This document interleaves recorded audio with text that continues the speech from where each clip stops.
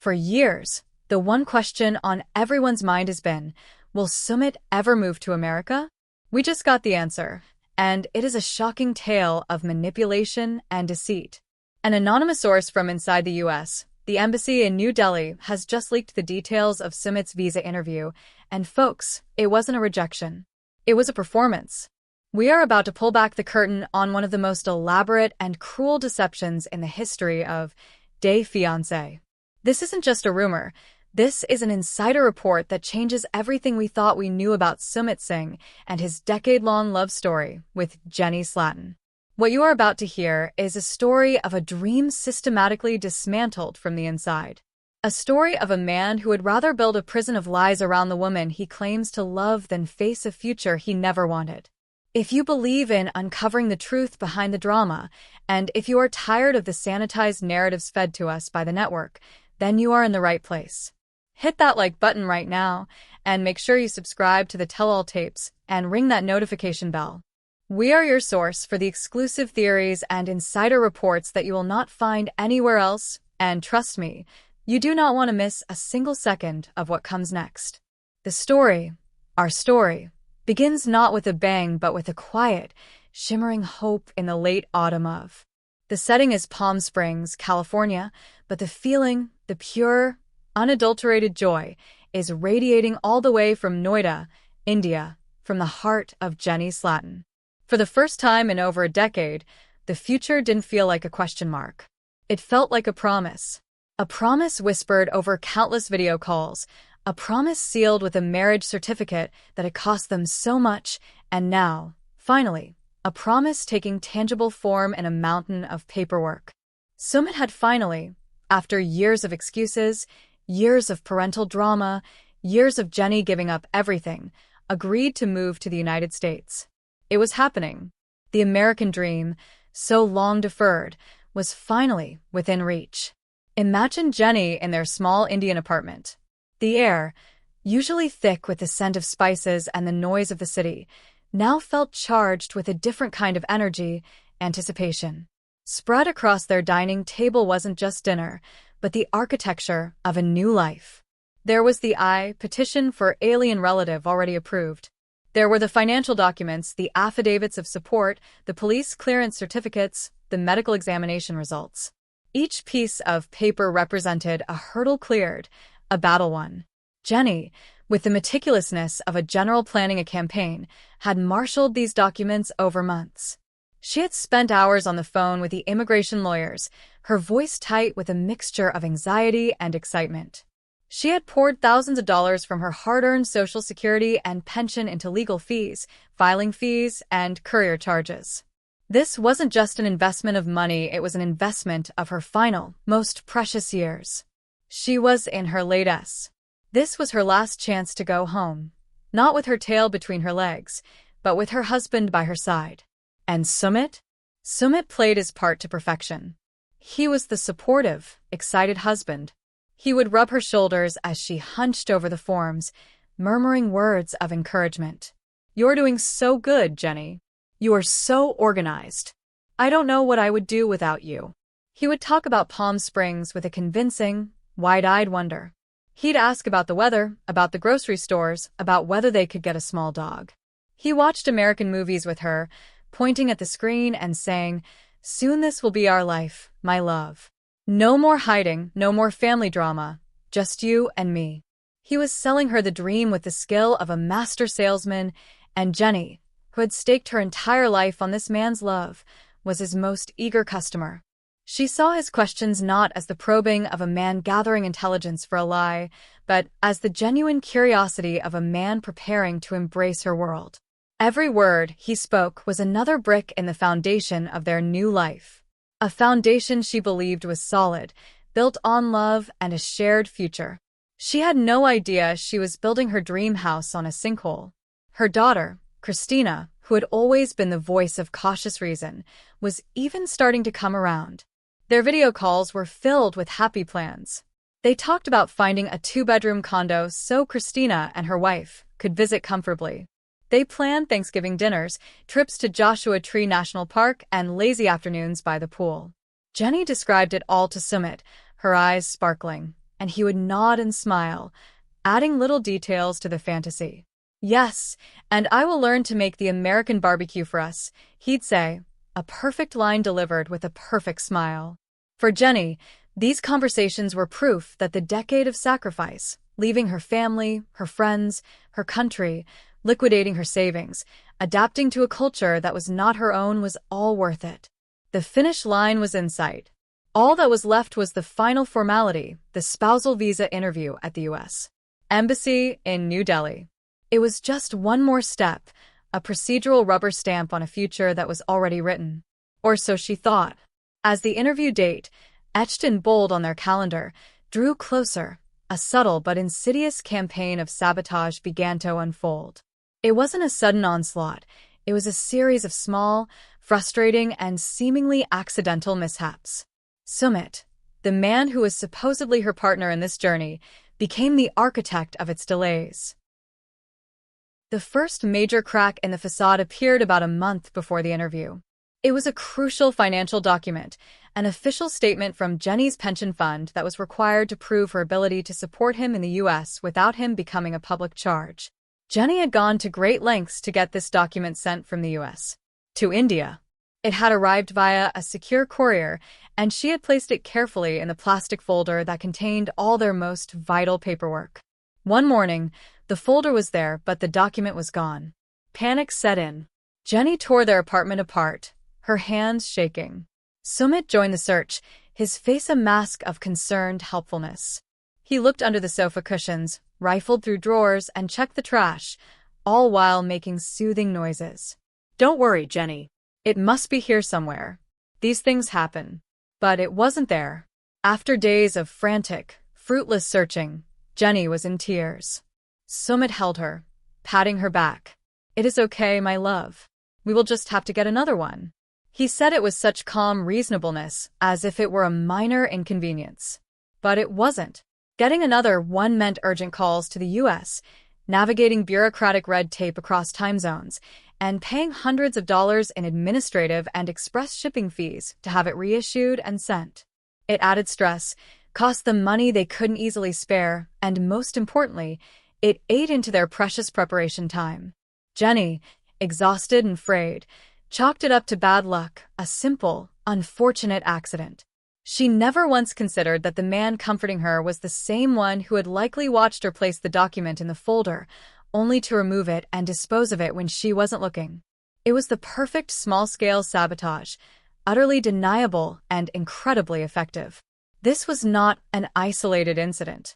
A week later, Sumit was supposed to upload a digital copy of his passport photo to the Consular Electronic Application Center portal. It was a simple task, but he claimed the website was not working on his laptop. He spent an entire evening clicking and sighing with theatrical frustration. "This American website is so confusing, Jenny. I cannot make it work." Jenny, ever the problem solver, took over. She found the website worked perfectly fine on her own laptop and uploaded the photo in under minutes. She looked at him, a flicker of annoyance in her eyes, but it was quickly replaced by pity. She saw a man overwhelmed by technology, a man nervous about the immense life change ahead of him.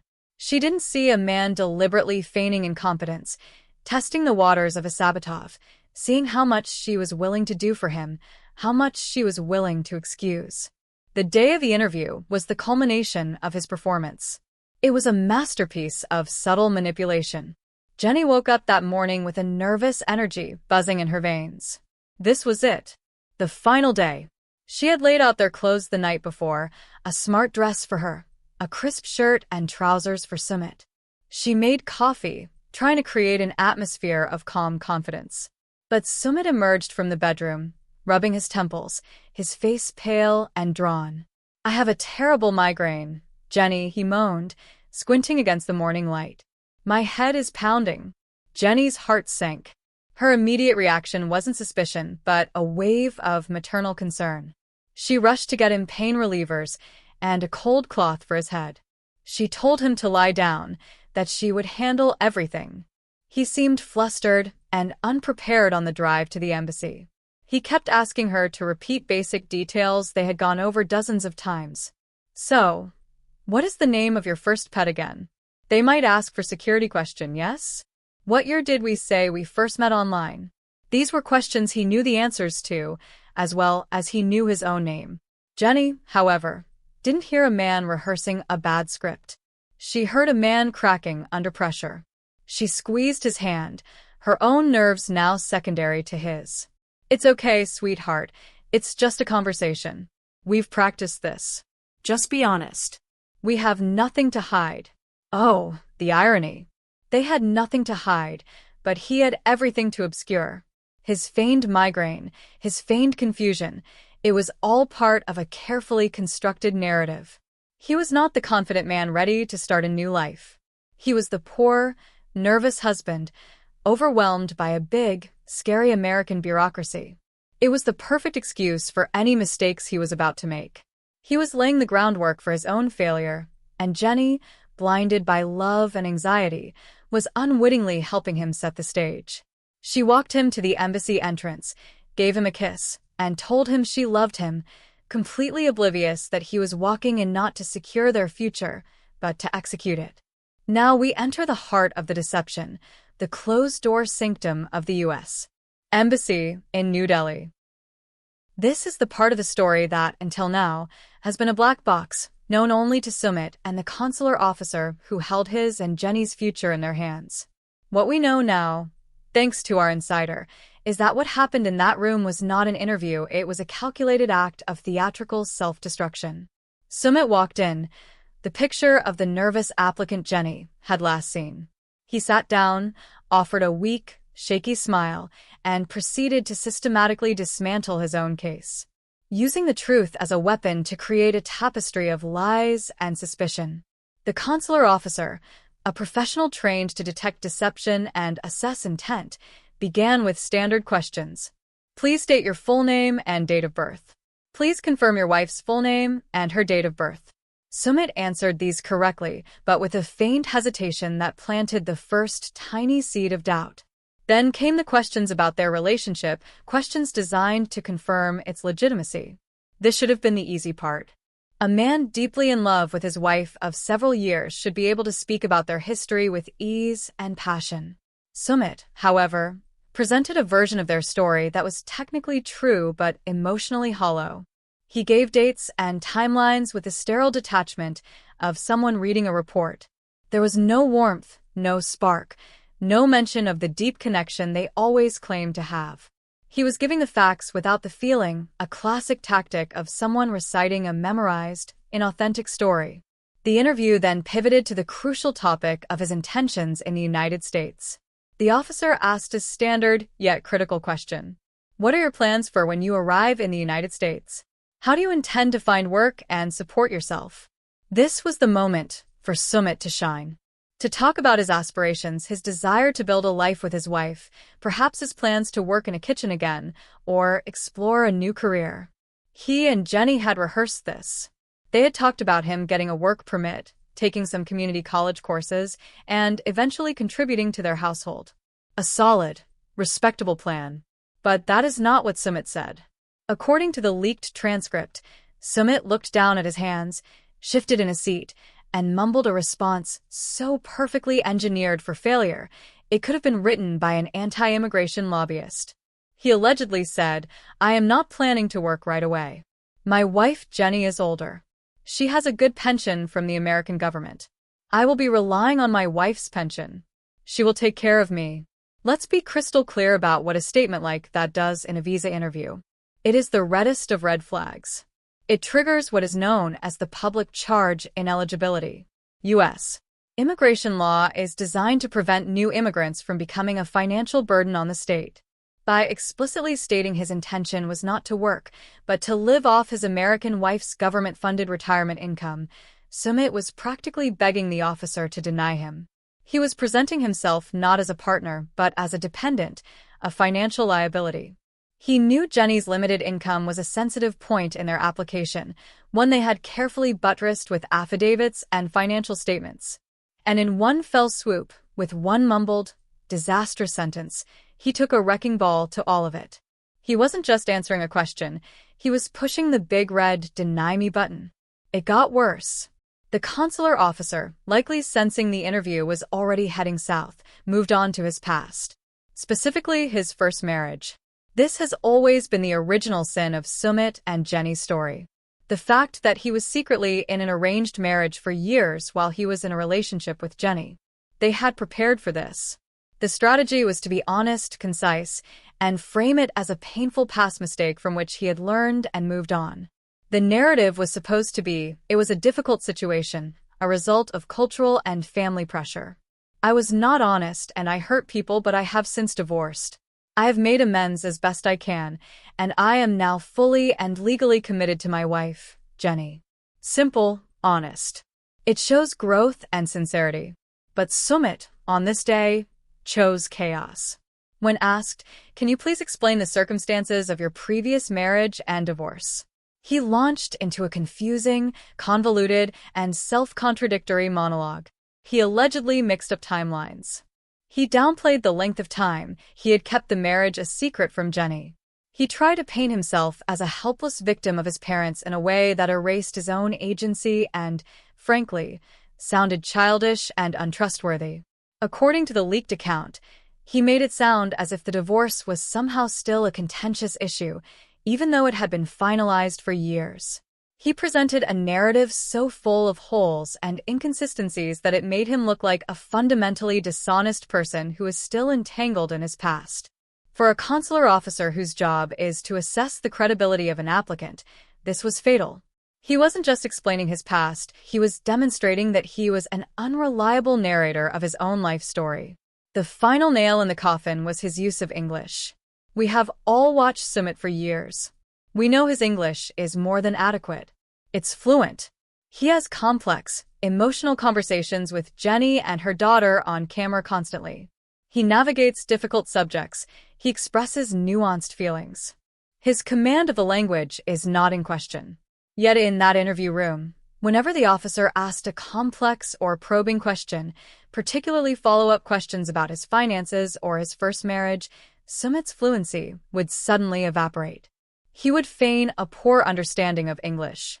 He would ask the officer to repeat simple questions multiple times. He would respond with, "Sorry, my English is not so good for this." It was a transparent, almost insulting tactic. He was using language as a shield, a way to avoid giving a straight answer to a difficult question.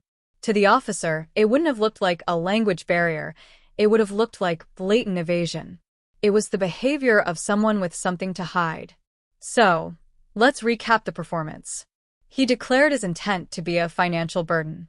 He presented himself as a dishonest and unreliable person by butchering the story of his own past, and he feigned ignorance of the English language to evade scrutiny. It was a trifecta of self-sabotage. Each answer was a carefully chosen poison pill, designed to kill his own application. There was no other possible outcome. The denial was not just predictable, it was a foregone conclusion.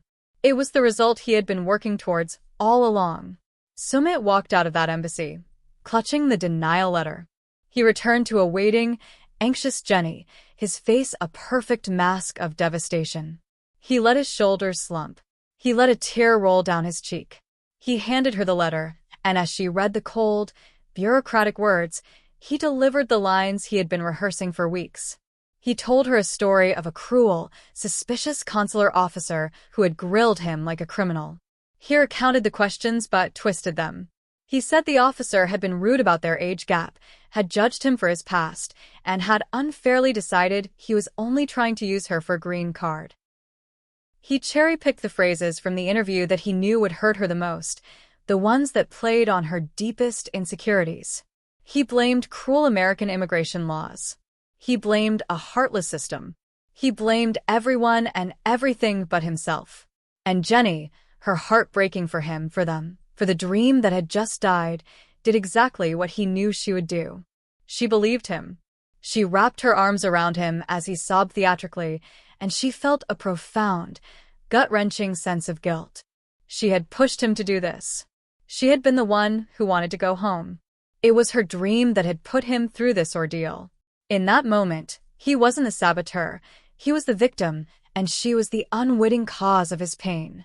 His plan had worked perfectly. He had not only guaranteed he would never have to leave the comfort and familiarity of India, but he had also trapped Jenny there with him, binding her not with chains but with her own love, pity, and a mountain of misplaced guilt. He had successfully turned her American dream into his Indian fortress. The weeks that followed the rejection were a somber, gray affair in Jenny and Sumit's household. The vibrant energy of planning and anticipation was gone, replaced by a heavy blanket of defeat. Jenny moved through her days in a fog of disappointment. The Palm Springs condo listings she had bookmarked on her laptop were a painful reminder of a future that had been snatched away. The excited video calls with Christina became subdued, tinged with a shared sadness. Jenny found herself apologizing over and over again, both to her daughter and to Sumit. "I'm so sorry I put you through that," she would say to Sumit, her voice thick with emotion.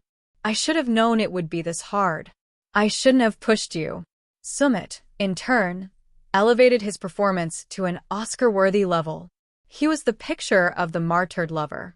He was endlessly comforting, endlessly reassuring, but in a way that constantly reinforced her guilt and his status as the noble suffering partner.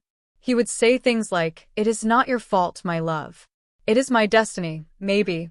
My destiny is to be here in India with you." Or he would sigh dramatically and say, "I would have done anything for you, Jenny. I would have gone to the moon for you, but this American government, they do not understand our love." Each word was a subtle twist of the knife. He was making it clear that their future, or rather, the lack of a future in America, was a settled issue. The door was closed, not by his choice, but by the cruel hand of fate. He masterfully reframed their situation. Staying in India was no longer a point of contention between them. It was their shared reality, a tragedy they had to endure together. He would talk about making the best of it, about how their love was strong enough to survive this disappointment.